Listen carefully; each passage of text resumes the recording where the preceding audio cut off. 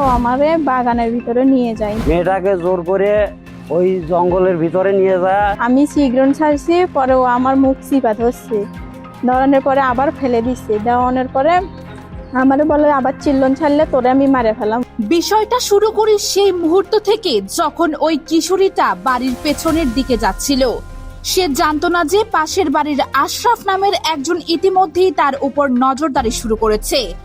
আশরাফকে সে একজন সাধারণ প্রতিবেশী ভাবতো, গ্রাম্য সম্পর্কের খাতিরে খালু বলে ডাকতো। কিন্তু এই খালু ডাক্তার পেছনেই যে কতটা কুমনসিব লুকিয়ে ছিল সেটা ওই কিশোরী হয়তো কল্পনাও করতে পারেনি। সে বাথরুমে গেছিলাম, যাওয়ানোর পরে এক পা দেওয়ার পরে আশরাফ আসে আমাকে পিছন দিয়ে জড়ে ধরার পরে ও আমারে বাগানের ভিতরে নিয়ে যায়। নিয়ে যাওয়ার পরে ওখানে আমার নলটি টিপা ধরে ফেলে দেয়। কারণ আগেও আশরাফ বিভিন্ন সময় তাকে অশালীন প্রস্তাব দিয়েছে, কিন্তু সেসব কথা সে কাউকে বলেনি। হয়তো লজ্জায়, হয়তো ভয়ে, হয়তো এই ভেবে যে বললে আরো বিপদ বাড়বে। আর এই নীরবতাটাই হয়তো আশরাফকে আরো সাহস দিয়েছিল। সেদিন সন্ধ্যায় ঘটনা ঘটার আগে বাড়িতে কেউ ছিল না। নানি দোকানে গেছিলেন, বাবা মা তো আগেই নেই। এই এতিম কিশোরীটা তখন সম্পূর্ণ একা, আর এই একাকিত্বটাকেই কাজে লাগিয়েছে আশরাফ। পেছন থেকে চাপা ধরে, মুখ চেপে ধরে জোর করে ওই নির্জন বাগানের ভিতরে টেনে নিয়ে যায় একটা কিশোরীকে, যার বয়সই হয়তো এখনো পূর্ণ হয়নি, যার বাবা মা নেই, যার পুরো পৃথিবীটা এখন শুধু একটা বুড়ি নানির উপর নির্ভরশীল। মনে রাখবেন, এই ধরনের অপরাধীরা কখনো র্যান্ডমলি কাউকে টার্গেট করে না। তারা আগে থেকেই পর্যবেক্ষণ করে, দুর্বলতা খুঁজে বের করে, সময়ের অপেক্ষা করে। আশরাফ ঠিক সেটাই করেছে। কিন্তু এখানেই যেটা আমাদের চিন্তায় ফেলে দেয় সেটা হলো পরবর্তী ঘটনা। পরে আবার চিল্লিছে, আবার মুখ টিপা ধরছি। ধরানোর পরে আমি ও পেটে না পারে সহ্য করতে না পারে পেটের উপরে লাঠি মারছি, আমার গায়ের উপরে এরকম করবে ধরছে। পরে না পেয়ে আমি না পারার হাতে কামড় দিছি। আশরাফ ওই কিশোরীকে বাগানে টেনে নিয়ে গেলে, মাটিতে ফেলে দিলে, মুখ চেপে ধরলে, প্রাণনাশের ভয় দিলে, কিন্তু ওই কিশোরীটা হাল ছেড়ে দেয়নি। সে লড়াই করেছে। প্রথমে চিৎকার করার চেষ্টা করেছে, পারেনি, কারণ মুখ চাপা ছিল। তারপর বুকে লাথি মেরেছে, কাজ না হলে হাতে কামড় বসিয়ে দিয়েছে। একটা পীড়িত অবস্থায়, একা, অন্ধকারে, যখন সামনে একজন শক্তিশালী পুরুষ দাঁড়িয়ে আছে আর বলছে তোকে মেরে ফেলবো, তখনও এই কিশোরীটা নিজেকে রক্ষা করার জন্য যে সাহস দেখিয়েছে সেটা সত্যি প্রশংসনীয়। আর ঠিক এই লড়াইটার কারণেই হয়তো সে বেঁচে গেছে। কিন্তু প্রশ্ন হলো, লড়াই করে বেঁচে গেলেই কি সব শেষ? একটা নাবালিকা যখন এই ধরনের ঘটনার শিকার হয় তখন তার শারীরিক ক্ষতির চেয়ে মানসিক ক্ষতিটা অনেক বেশি গভীর হয়। সে রাতে বুকের ওড়না দিয়ে নিজেকে ঢেকে বাড়িতে ফিরে এসেছে। ওই ওড়নাটা শুধু একটা কাপড় নয়, এটা তার অসহায়ত্বের প্রতীক, এটা তার সম্মানের শেষ আশ্রয়। তারপর না পারে আমি সহ্য করবে না পায়া সামন দিয়ে রান্নাটা খুলে দিয়ে চলে আসি। তো আমার নল্লি টিপা ধরছে গলা। আর এই দৃশ্যটা যখন আমরা কল্পনা করি তখন বুকে একটা ভারী অনুভূতি আসে। এখন আসি ঘটনার পরবর্তী অংশে। কিশোরী বাড়িতে ফিরে এসে নানিকে সব বলল। নানি বুড়ি, তার কিছুই করার ছিল না। পরিবারের অন্য সদস্যরা টর্চ লাইট নিয়ে বাইরে বের হলেও ততক্ষণে আশরাফ পালিয়ে গেছে। এখানেই প্রথম বড় প্রশ্নটা উঠে। ঘটনার পর পরিবারটা সরাসরি থানায় যায়নি, তারা গ্রাম্য সালিশের পথ বেছে নিয়েছে। এটা কেন হয়েছে? এর পেছনে কয়েকটা কারণ কাজ করতে পারে। প্রথমত, আমাদের গ্রামীণ সমাজে ধর্ষণ বা যৌন নিপীড়নের মতো ঘটনাকে লজ্জাজনক বিষয় হিসেবে দেখা হয়। পরিবারগুলো ভাবে থানায় গেলে সমাজে কথা উঠবে, মেয়েটার বিয়ে হবে না, মানসম্মান নষ্ট হবে। দ্বিতীয়ত, গ্রামের প্রভাবশালীরা মিলে বলে যে সালিশি মীমাংসা হবে, আইনে গেলে ঝামেলা বাড়বে। আর তৃতীয়ত, পুলিশের ওপর আস্থার অভাব। এই তিনটা কারণ মিলে অনেক পরিবারকেই সালিশের দিকে ঠেলে দেয়। কিন্তু এই ক্ষেত্রে কি হয়েছে? সালিশ বসেছে ঠিকই, কিন্তু সেখানে বিচার হয়নি, বরং সময় টেনে হেলে দুলে দেওয়া হয়েছে। একদিন পরে বিচার হবে বলা হলো, তারপর আরো 5 দিন পরে বলা হলো।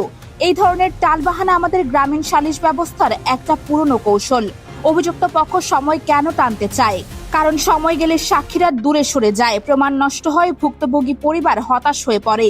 আর সবচেয়ে বেশি যেটা হয় সেটা হলো সামাজিক চাপে পরিবারটা থমকে যায়। তারপর যখন পরিবারটা বুঝতে পারলো যে সালিশে কিছু হবে না, তখন তারা থানায় গেল। কিন্তু থানায় গিয়ে যা হয়েছে সেটা হয়তো ঘটনাটার চেয়েও বেশি লজ্জাজনক। সে আমার নানি আছে, আমার নানির কাছে আমি সব বলতাম। আমি করছি কি হয়েছে, আমি দোকান থেকে আসে বলি কি মগরবের নামাজ পড়ি, তাহলে বলিচ্ছে যে কি হলো এই ঘটনা আমাকে আবদারের বেটা বলা ধরে আরামে নিয়ে গেছিল। ভুক্তভোগী পরিবারের অভিযোগ অনুযায়ী তারা যখন থানায় গেল তখন দায়িত্বে থাকা একজন উপপরিদর্শক তাদের বলেছেন যে আসামি ধরতে পারলে তাদের লোকেশন দিতে, ফোন করে জানাতে। একজন সাধারণ নাগরিক যার পরিবারেই পুরুষ সদস্য কম, তাকে অপরাধী ধরে আনতে বলা হচ্ছে। এটা কি আইন শৃঙ্খলা বাহিনীর দায়িত্ব নাকি ভুক্তভোগীর? আর যখন পরিবারটা বলেছে যে তারা আসামি ধরতে পারবে না, তখন তাদের বলা হয়েছে যে আসামি চিনতে না পারলে ধরবো কিভাবে। এটা শুনলে সত্যিই বিশ্বাস হয় না যে একটা ধর্ষণ চেষ্টার মামলায় পুলিশ এভাবে আচরণ করতে পারে। আরো একটা বিষয় উঠে এসেছে, মামলার ফটোকপি নিতে গিয়ে ভুক্তভোগী পরিবারকে আরেক ধরনের বাধার সম্মুখীন হতে হয়েছে। অভিযোগ উঠেছে যে ওই উপপরিদর্শক মামলার সাথে সম্পূর্ণ অসম্পর্কিত একটা জমি নিয়ে দ্বন্দ্বের বিষয় তুলেছেন। মামলার কথা না বলে অন্য বিষয়ে কথা বলে সময় নষ্ট করা হয়েছে। এটা যদি সত্য হয় তাহলে এটা শুধু অবহেলা নয়, এটা সক্রিয়ভাবে বিচার প্রাপ্তির পথে বাধা সৃষ্টি করা।